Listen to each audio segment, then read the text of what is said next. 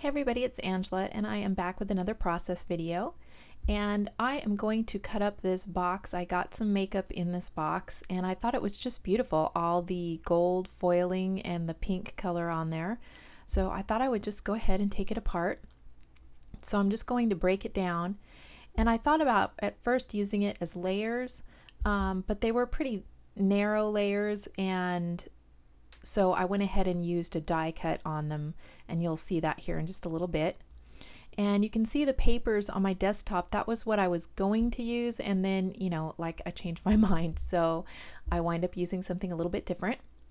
But here I am, I'm trimming out. Some of it's got this finer gold foiling, and then the front of the box has a more bold gold foiling on it. And then on the back where you can see the writing, I used some of that with the writing side up, and then I also use some of it with the back side up, and the back is just a matte pink. So if you can't use the front of your packaging, you can always use the back. And yeah, you can see the back there is a pretty pink swirl. So I go ahead and keep all that to run through my die cutting machine. And this is the die that I use, the Sizzix triplets, just a bunch of flowers. And I made Swiss cheese out of that, so that was what I had left. I could probably get a few more flower centers out of it, but there's all the solids and the foil swirls. And if all those were in a pack, you'd pay like $3.99 for a pack of embellishments that you can make yourself out of packaging you would just normally throw away.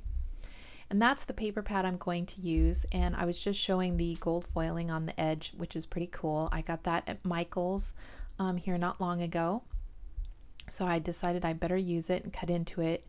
I try to cut into my stuff or use it once at least right away when I get it and I'm excited about it, because then you've kind of broken it in and you don't feel bad about cutting into it later, and you've already used it once while you're excited about it.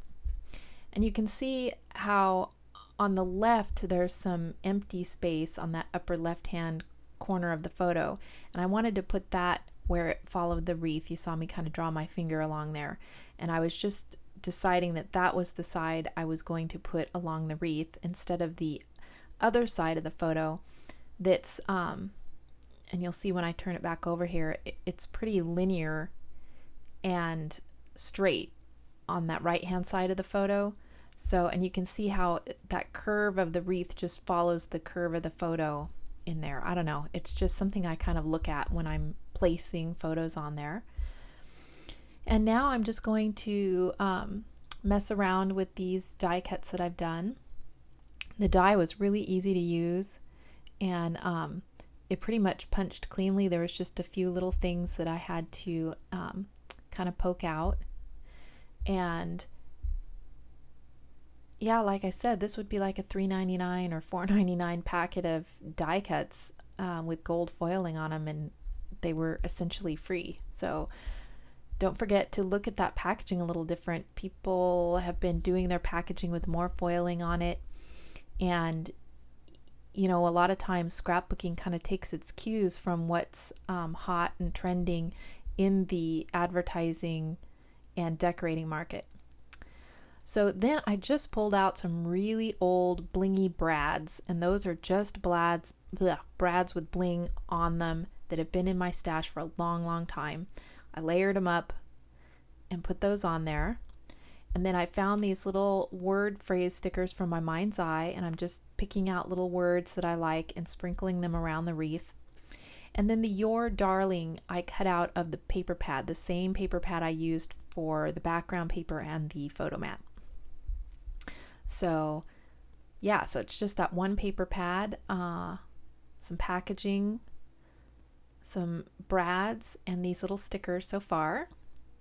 And I'm just kind of keeping it all within the wreath, even though I'm adding a lot of stuff. Gee, I can't talk today. Even though I'm adding a lot of stuff, I'm trying to keep it within the wreath to kind of keep it contained.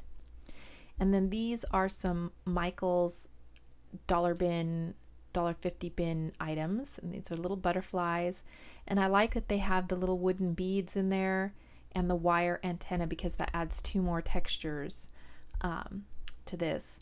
And I did kind of, on the die cuts after I put the brads in, I did kind of bend up the edges of some of the flowers just to give it a little more texture. So I'm just using some Fabri-Tac, and the Fabri-Tac's getting pretty old. I really had to work at squeezing it out and getting some glue on there. So I better keep using it quickly while it's still good. It's like sometimes it's like, oh, this is expensive, I'll only use it occasionally, but then it dries up and you didn't get to use it at all. So yeah, you might as well, if you buy it, use it. Use it while it's still good. So I just place a few of those around. And I really love all the different shades of pink that are in this, and then with all the little metallic accents. And then let's see, do I add anything else? This is a really fast layout. It came together fast because the wreath is kind of pre-printed on the paper. And yeah, I did all my die cutting out of the packaging. So the only other thing I'm going to add are some Heidi Swap gold sprinkles, just to give it a little more freeform look. And so I just covered up my photo, and there you have it. I'm going to do some close-ups, and yeah, like I said, this one came together super fast. So, and it turned out really cute. You can see the "Your Darling," you can see the little word stickers throughout there, and the butterflies and the brads and beads that just give a little bit extra texture.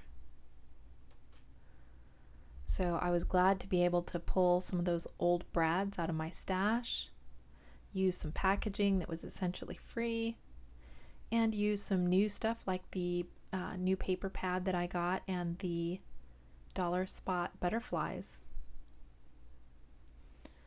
And that's another grandbaby layout documented. And she is now, this is an early photo, she's now like 10 months, so, and she has a little sister on the way. So there is my finished layout. If you have any questions or anything, just leave me a comment below, and thank you guys so much for watching. I'll be doing some more videos here, but my scrap room's been like in the 90 degrees lately because of the weather. So I haven't been doing a lot of scrapping, but I hope to get in there and get back at it here real soon now that the weather's cooled off. Okay guys, talk to you later. Bye.